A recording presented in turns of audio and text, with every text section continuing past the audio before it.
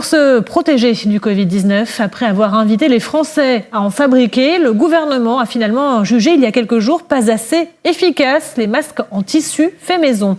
Un décret a été publié vendredi qui recommande de ne plus les porter. Un avis que ne partagent pourtant ni l'Académie de médecine ni l'OMS. Nadège Abderrazak. Le masque n'en finit pas de défrayer la chronique. Jugé d'abord inutile, voire dangereux, il est au fur et à mesure devenu obligatoire dans les lieux publics, en intérieur comme en extérieur. Aujourd'hui, Olivier Véran demande aux Français de ne plus utiliser de masques fait maison. Il serait insuffisamment filtrant face à l'apparition de variants plus contagieux du Covid-19. Le Haut Conseil de la Santé publique recommande aux Français, et c'est la recommandation que je leur fais également, de ne plus utiliser le masque artisanal qu'on a fabriqué chez soi. L'Organisation mondiale de la santé persiste et signe les masques en tissu fait maison sont toujours aussi efficaces, même avec l'apparition de nouveaux variants. Les masques en tissu non chirurgicaux peuvent être utilisés par toutes les personnes âgées de moins de 60 ans qui ne présentent pas de problème de santé particulier. Nous n'avons aucune indication suggérant que le mode de transmission aurait changé.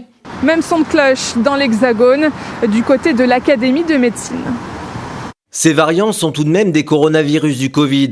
Ils sont exactement de la même taille et se transmettent exactement de la même façon, donc on s'en prémunit exactement de la même façon. Le même gouvernement qui avait dit au départ qu'il ne fallait pas le porter, veut désormais durcir la méthode sans avoir de raison scientifique pour expliquer ce durcissement. L'Académie de médecine va encore plus loin. Un tel changement des recommandations concernant une pratique avec laquelle l'ensemble de la population avait réussi à se familiariser risque de susciter de l'incompréhension et de raviver les doutes sur le bien fondé des préconisations officielles. Comprenez, ce changement de consigne pourrait altérer encore un peu plus la confiance de la population envers le gouvernement.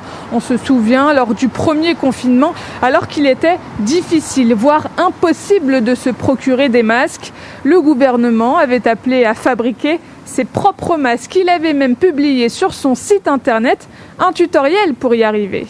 Nous encourageons le grand public à porter des masques. En particulier ces masques alternatifs qui sont en cours de production. Désormais, seuls 3 modèles de masques devront en principe être portés dans l'espace public.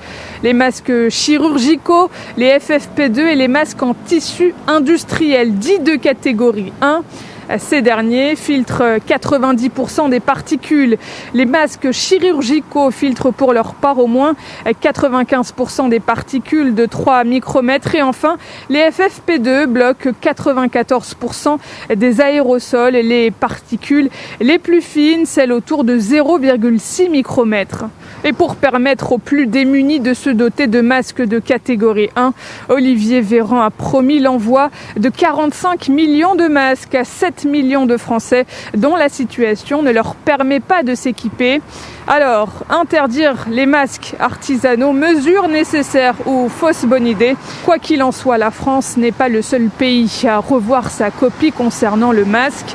L'Allemagne et l'Autriche viennent d'imposer les masques chirurgicaux et FFP2 dans les transports et les commerces.